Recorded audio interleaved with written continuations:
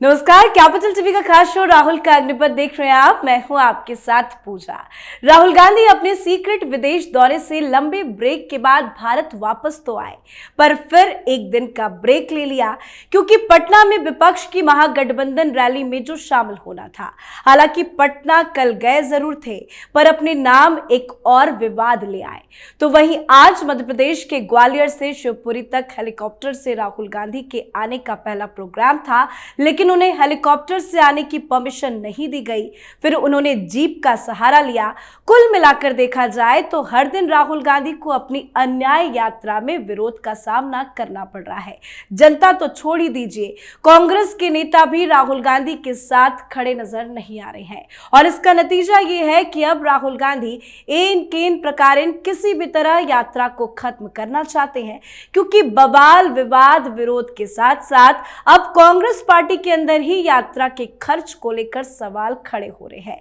तो चारों तरफ से कैसे फंसे हैं राहुल गांधी, बताएंगे आपको। चर्चा के लिए मेरे साथ स्टूडियो में मौजूद हैं कैपिटल टीवी के एग्जीक्यूटिव एडिटर राजीव जी। सर, आपका बहुत बहुत स्वागत है। धन्यवाद। आज राहुल गांधी को हेलीकॉप्टर से जाने की परमिशन क्यों नहीं मिली? क्यों मिलेगी? राहुल गांधी को हेलीकॉप्टर की परमिशन तो तब मिलेगी जब पहले से इसके लिए आदेश लेने के इनके टीम के एप्लीकेशन होगा।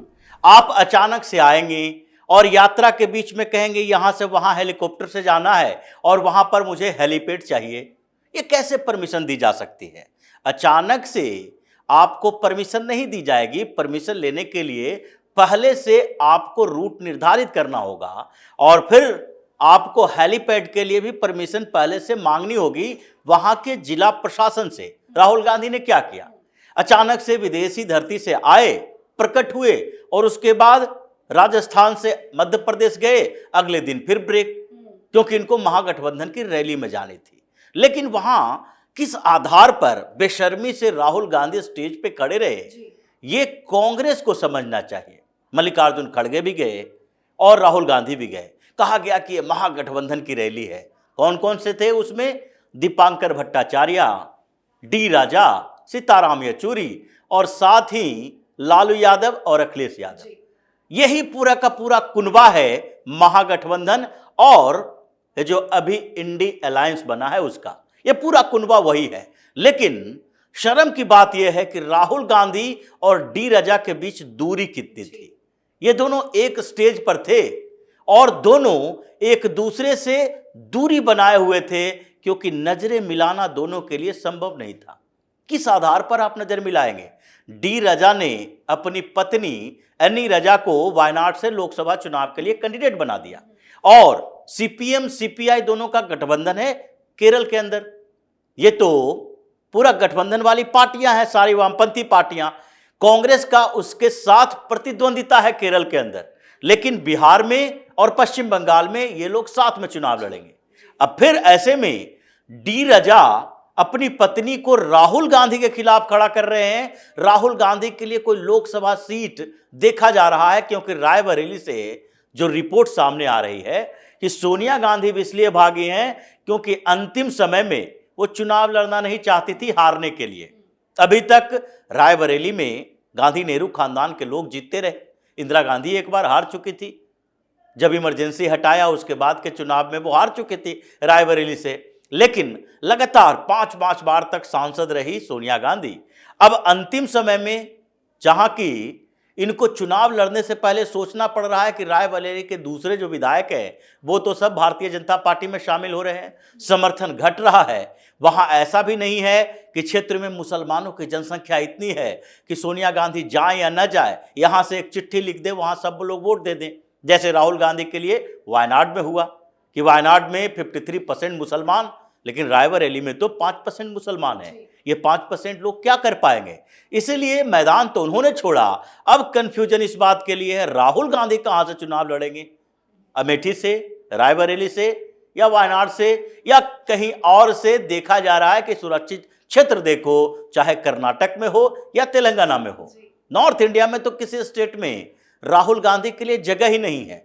उत्तर प्रदेश से वो हार के चले गए हैं। बिहार में इनकी औकात नहीं है कि चुनाव लड़ सके। लेकिन ये इंडी ब्लॉक की जो महारैली थी, जिसके लिए कंधा किसका इस्तेमाल किया गया? लालू प्रसाद यादव का। लेकिन कहां से ये महागठबंधन की रैली है? क्योंकि जो बड़े बड़े बैनर पोस्टर लगाए गए थे उसमें तेजस्वी का चेहरा नजर आ रहा था, राहुल गांधी तो कहीं नजर ही नहीं आ रहे थे। ये लालू यादव की रैली थी जिसमें इन लोगों को इनवाइट किया गया और ये लोग इतना फ्रस्ट्रेटेड है कि जब अगर भीड़ जहां पर दिखे, राहुल गांधी यात्रा कर रहे हैं, भीड़ दिखाई नहीं पड़ रही है, तो ऐसे में राहुल गांधी को यह चाहिए कि जहां पर कुछ लोग दिखे वहां पर मेरी भी उपस्थिति हो जाए।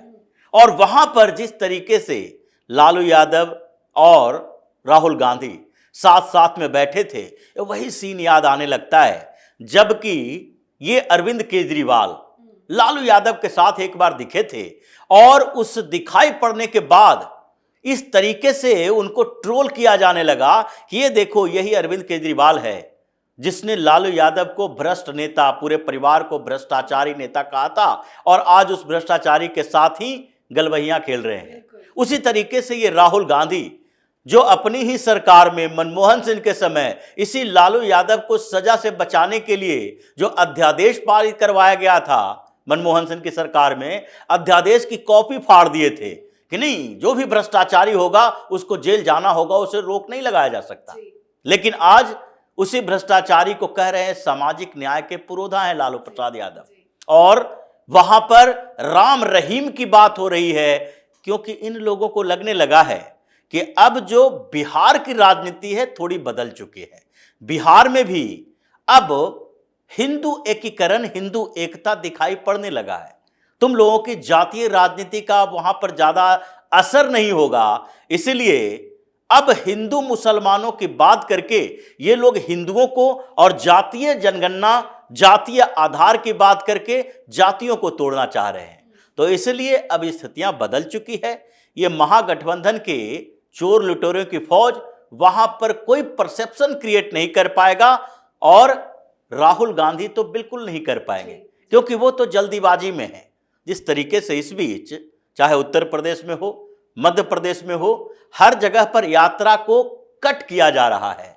ये बीच बीच में जानबूझकर गायब हो जाते हैं, अरेस्ट करने के लिए हो या बाहर कोई जाने के लिए हो या कोई मीटिंग के बहाने हो, यात्रा को बीच में छोड़ देते हैं और उसके बाद जाते कहां हैं?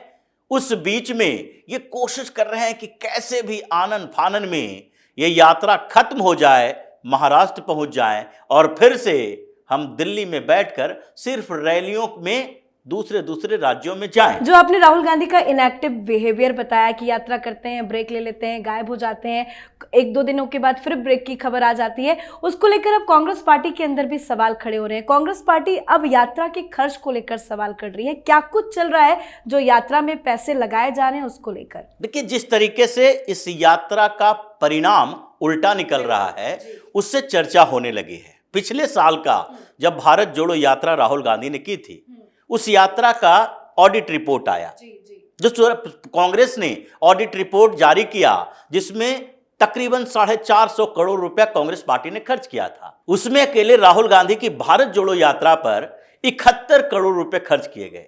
अब पहले की यात्रा और इस यात्रा में अंतर तो है बिल्कुल, क्योंकि पिछली बार 4000 किलोमीटर की यात्रा हुई, पैदल यात्रा की गई, उसमें कंटेनर होते थे, यात्रियों को रात में सोने रहने के लिए खाने की व्यवस्था होती थी, लेकिन ज्यादातर लोकल लीडर का इस्तेमाल किया गया पद यात्रा करने के लिए, मतलब खर्च कम। और उसमें भी इस बार की अपेक्षा ब्रेक कम हुए तो उसमें भी खर्च कम, क्योंकि राहुल गांधी जब वहां से निकलते हैं और फिर वहां जाते हैं तो उसमें बहुत खर्च होता है, जैसे कि इस बार की बात करेंगे। लेकिन उस समय 4000 किलोमीटर, 14 स्टेट, उसका खर्च जो था वो 71 करोड़ रुपया। तो इस बार का खर्च तो ज्यादा होगा क्योंकि 6700 किलोमीटर यात्रा कर रहे हैं, काफिला है गाड़ियों का, क्योंकि ये पैदल यात्रा नहीं हो रही है। इसके साथ एसी बसेस हैं, कंटेनर हैं, रात को रहने के लिए भी, और कुछ बड़े नेता साथ में ही चल रहे हैं। लोकल लीडर से ज्यादा दिल्ली के लीडर उसमें शामिल होते हैं, तो इसलिए इसका खर्च ज्यादा है क्योंकि ब्रेक भी हो रहा है। और उस ब्रेक के दौरान क्या हुआ, जैसे एक दिन के लिए राहुल गांधी ने ब्रेक लिया मध्य प्रदेश की यात्रा में, फिर मध्य प्रदेश से दिल्ली आए, दिल्ली से ये प्राइवेट जेट से पटना गए, पटना में उन्होंने रैली में अपने आप को दिखाया कि देखो हम सहयोग करने आए हैं लालू यादव, तेजस्वी यादव का। फिर वहां से वापस दिल्ली आए, वो भी प्राइवेट जेट से। फिर यहां से ग्वालियर गए प्राइवेट जेट से। ग्वालियर से प्राइवेट जेट नहीं जा सकता विदिशा, तो वहां से हेलीकॉप्टर की सुविधा इनके लिए रखी गई थी, हालांकि परमिशन नहीं मिला। तो फिर उस परमिशन न मिलने के कारण इनको मजबूरी में खुली जीप में सफर करना पड़ा, और ये मौके का फायदा उठाने की कोशिश की कि चलो खुली जीप में एक रोड शो हो जाएगा। तो इसीलिए ये जो प्राइवेट जेट है राहुल गांधी का, वो कंट्रोवर्सी का केंद्र बन चुका है कि इतने प्राइवेट जेट का इस्तेमाल राहुल गांधी क्यों करते हैं। ऐसे दिखाने के लिए तो इकोनॉमिक क्लास में ये जाएंगे, बिजनेस क्लास में भी नहीं, इकोनॉमिक क्लास में बैठे रहते हैं साइड में। वो दिखाने की कोशिश करते हैं कि देखो हम बहुत सामान्य यात्रा करते हैं, कहीं कहीं ट्रेन से सफर करेंगे, कहीं गाड़ियों में ऐसे बैठेंगे, ड्राइवर के साथ ट्रक में सवारी करते नजर आएंगे। लेकिन जब इनको दिखाना नहीं होता तो ये प्राइवेट जेट का इस्तेमाल करते हैं। ये रैली में जाने के लिए हो या फिर रैली से वापस आने के लिए हो, जब जब इन्होंने भारत जोड़ो अन्याय यात्रा में से ब्रेक लिया है, इन्होंने प्राइवेट जेट का ही इस्तेमाल किया। तो ये कंट्रोवर्सी चल रही है कि आखिरकार कांग्रेस जो अभी कहती है कि हमारे पास पैसे की कमी है, हालांकि पैसे की कमी नहीं है, लेकिन आपको जो ऑडिट रिपोर्ट में दिखाना पड़ेगा वो वही पैसा आपको दिखाना पड़ेगा जो कांग्रेस पार्टी के अकाउंट में है। आप ब्लैक मनी को दूसरे स्तर पर यूज कर सकते हैं, जैसे कि उसी ऑडिट रिपोर्ट में दिखाया है कि राहुल गांधी ने अपने चमचों को 40 करोड़ रुपए दिए। ये राहुल गांधी 81 में 71 करोड़, चमचों के लिए 40 करोड़ क्यों? क्योंकि ये चुनाव से पहले अलग अलग जगहों पर सर्वे करवाया गया था। अब इंटरनल सर्वे एजेंसियों को हायर करने के लिए 40 करोड़ खर्च कर रहे हो, यानी कि राहुल गांधी की यात्रा और उसके बाद ये सर्वे, ये दोनों मिला के तकरीबन 33% पैसा जो कांग्रेस का है वो यही दोनों में खर्च हो चुका है। चुनाव उनाव तो बात की बात है। तो सिर्फ राहुल गांधी की यात्रा पर, राहुल गांधी के निजी खर्च पर, ये जेट पर, प्राइवेट प्लेन पर, हेलीकॉप्टर पर जब इतना पैसा खर्च किया जा रहा है तो कांग्रेस में सवाल उठ रहा है कि भाई पूरे का पूरा फंड अगर राहुल गांधी के लिए खर्च करोगे तो दूसरे कामों के लिए कैसे करोगे? क्योंकि पैसे बाहर से जो ब्लैक में आ रहे हैं, हवाला के जरिए आ रहे हैं, उन पैसों का इस्तेमाल चुनाव आयोग के सामने बताया नहीं जा सकता, और उससे चुनाव का खर्च जो है वो सिर्फ पर्दे के पीछे से किया जा सकता है, पैसे बांटने में किया जा सकता है। ये तो साफ साफ दिख रहा है कि पैसों का गलत इस्तेमाल हो रहा है। तो इसीलिए कांग्रेस के अंदर इस बात के लिए सवाल उठ रहे हैं कि अगर हम देख लें कि कांग्रेस एक लिस्ट जारी करेगी लोकसभा चुनाव के अंदर, और लोकसभा चुनाव में स्टार प्रचारक की लिस्ट होगी, तो क्या दूसरे स्टार प्रचारक को वो सुविधा कांग्रेस के फंड से दे पाएगी? क्योंकि कांग्रेस का फंड तो लिमिटेड है। अगर अपना निजी फंड है तो उसका इस्तेमाल आप चुनाव आयोग को रिटन में लिख के नहीं दे सकते कि हमने 10 करोड़ रुपया हेलीकॉप्टर पर खर्च किया, वो हमें इधर उधर से आ गया। वो तो आपको बताना पड़ेगा कि आपके अकाउंट यानी कांग्रेस के अकाउंट से ये पैसे खर्च हुए हैं। आप ब्लैक मनी का इस्तेमाल नहीं कर सकते डायरेक्ट तरीके से। तो इसीलिए कांग्रेस के अंदर यह सवाल उठ रहा है कि राहुल गांधी के अय्यासी पर इतना पैसा क्यों खर्च हो।